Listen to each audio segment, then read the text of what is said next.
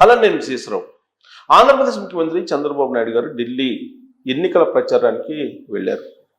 BJP అధిష్టానం ఆహ్వానం మేరకు ఆయన ఢిల్లీ వెళ్ళి ప్రచారం చేశారు. ఆ సభలు సక్సెస్ అయ్యాయి.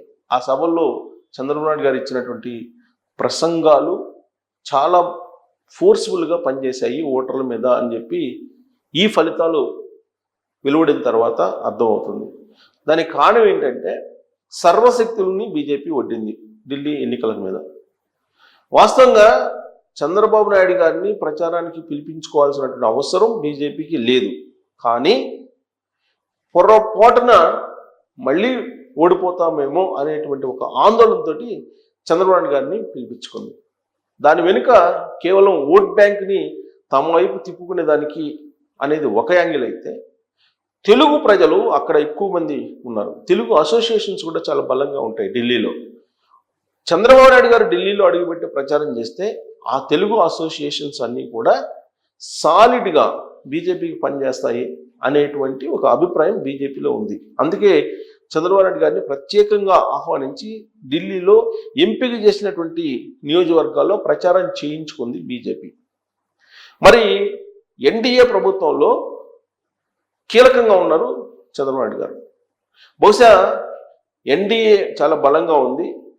ఎన్డీఏ ప్రభుత్వం 2029 వరకు కూడా ఉంటుంది అనేటువంటి ఒక అభిప్రాయాన్ని ఢిల్లీ ఓటర్లలోకి తీసుకెళ్లేటువంటి ప్రయత్నంలో భాగంగానే బహుశా చంద్రబాబు నాయుడు గారిని తీసుకెళ్ళి ఉంటారేమో అనేది ఇంకొక కోణం కూడా ఉంది. కారణం ఏంటంటే బీహార్ అసెంబ్లీ ఎన్నికలు త్వరలోనే రాబోతున్నాయి. అక్కడ ఉన్నటువంటి రాజకీయ పరిణామాలు చాలా మారిపోతున్నాయి. ఇటీవల కాలంలో అక్కడ ఉన్నటువంటి నితీష్ కుమార్కి అలాగే బీజేపీ అధిష్టానానికి మధ్య కొంత గ్యాప్ పెరిగింది అనేది వినిపిస్తుంది.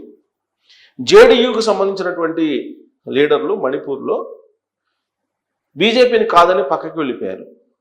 దాంతో కటీఫ్ అయ్యింది, కూటమి నుంచి నితీష్ కుమార్ వెళ్ళిపోతున్నారు అనేటువంటి ఒక పెద్ద ఎత్తున ప్రచారం కూడా ఈ మధ్యకాలంలో జరిగింది. దాంతో నరేంద్ర మోడీ గారి ప్రభుత్వం ఉంటుందా ఉండదా, ఢిల్లీ పీఠం మీద ఉంటుందా ఉండదా, దేశ రాజకీయాల్లో ఎన్డీఏ కొనసాగలదా లేదా అనేటువంటి ఒక చర్చ చాలా బలంగా నడిచింది.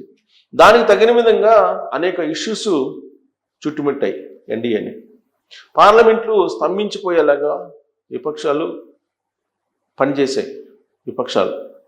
సో అదాని ఇష్యూను తీసుకున్నాయి. అదాని అలాగే నరేంద్ర మోడీ గారికి ఉన్నటువంటి బలమైనటువంటి సంబంధాన్ని బాగా బలంగా దేశ ప్రజల మధ్యకు తీసుకెళ్ళగలిగారు. దాంతోపాటు ఇంటర్నేషనల్ ఇష్యూస్ను కూడా ఢిల్లీ ప్రజల మధ్యకు విపక్షాలు తీసుకెళ్ళగలిగాయి. కానీ అవి పనిచేయలేదు.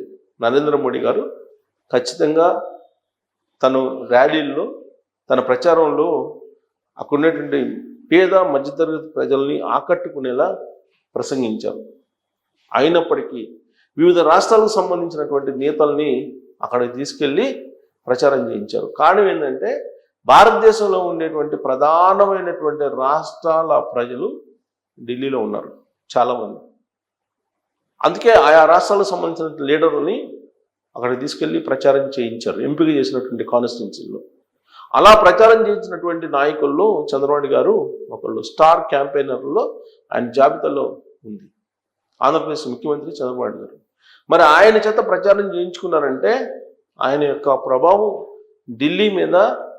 ఢిల్లీ ఓటర్ల మీద తీవ్రంగా ఉంటుందని చెప్పి బీజేపీ భావించింది. అంతేకాదు ఢిల్లీ పీఠంలో ఉన్నటువంటి దేశ రాజధానిలో ఉన్నటువంటి ఎన్డీఏ చాలా బలంగా ఉంది అనేటువంటి సంకేతాన్ని కనుక ఢిల్లీ ఓటర్లో తీసుకెళ్ళకపోతే అది మైనస్ అయ్యేటువంటి అవకాశం ఉంది అనేటువంటి మరో కోణం కూడా ఆలోచించి చంద్రబాబు నాయుడు గారిని ఆ ప్రచారానికి తీసుకెళ్లారు. అంతేకాదు ఎప్పుడు కూడా చంద్రబాబు నాయుడు గారు పర్సనల్గా విమర్శించరు. కానీ ఢిల్లీ వెళ్ళినటువంటి చంద్రబాబు నాయుడు గారు ప్రచారంలో కేజ్రీవాల్ని పర్సనల్గా విమర్శించారు. ఆయన నిర్మించుకున్నటువంటి అద్దాల మేడ సిసి మహల్ గురించి ప్రత్యేకంగా చంద్రబాబు నాయుడు గారు ప్రస్తావించారు. ఢిల్లీ లిక్కర్ స్కామ్ గురించి ప్రస్తావించారు. అలాగే ఢిల్లీని మురికి కోపంగా చేశారు కేజ్రీవాల్ అనేటువంటి విషయాన్ని ప్రత్యేకంగా ప్రస్తావించారు. సో అంత పర్సనల్గా చంద్రబాబు నాయుడు గారు వెళ్ళి కేజ్రీవాల్ని విమర్శించడం అనే అంశాన్ని చాలామంది తప్పుపట్టారు. కానీ ఆయన ఎన్డీఏలో కీలక భాగస్వామి. ఎన్డీఏ గెలవాలి, ఢిల్లీలో జెండా ఎగరవేయాలనే ఉద్దేశంతో ఆ ప్రసంగాన్ని అగ్రెసివ్గా ఆయన చేశారు. ఆయన ఏదైతే అనుకున్నారో అది ఢిల్లీ ఫలితాల రూపంలో మనకు నెరవేరినట్టు కనిపిస్తోంది. అయితే ఆయన ఇచ్చినటువంటి స్పీచ్ని కొంతమంది అభ్యంతరం పెట్టారు. మరీ పర్సనల్గా వెళ్ళారు చంద్రబాబు నాయుడు గారు, కేజ్రీవాల్ని పర్సనల్గా టార్గెట్ చేశారు అని సొంత పార్టీలో ఉండేటువంటి వాళ్ళని అభ్యంతరం పెట్టారు.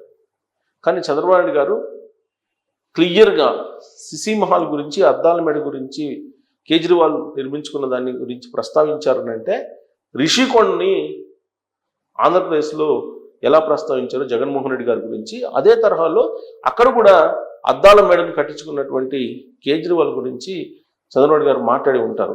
ఇక్కడ రిషికొండ నిర్మాణం అనేది జగన్మోహన్ రెడ్డి గారిని 11 స్థానాలకు పరిమితం చేయగలిగింది. అనేక అంశాలు ఉన్నాయి. బట్ రిషికొండ అనేది ప్రధానమైనటువంటి అంశంగా కూడా ఉత్తరాంధ్రలో నిలిచింది.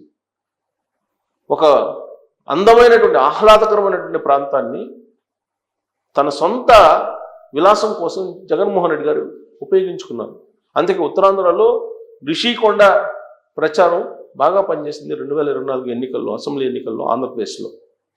సేమ్ అలాంటి స్లోగన్ని ఢిల్లీలో చంద్రబాబు నాయుడు గారు కేజ్రీవాల్ మీద విసిరారు. అది సక్సెస్ అయింది. దాని కారణంగానే ఇప్పుడు ఫలితాలు చూస్తూ ఉన్నాం మనం. చంద్రబాబు నాయుడు గారు మాట్లాడినటువంటి మాటలు కరెక్టే కదా అని చెప్పి ఇప్పుడు ఫలితాలు చూసిన తర్వాత చాలామంది భావిస్తూ ఉన్నారు. పైగా ఎన్డీఏలో కీలక భాగస్వామి చంద్రబాబు నాయుడు గారు. ఈ మధ్యకాలంలో 2 రోజుల నుంచి ఒక న్యూస్ వైరల్ అవుతుంది సోషల్ మీడియాలో.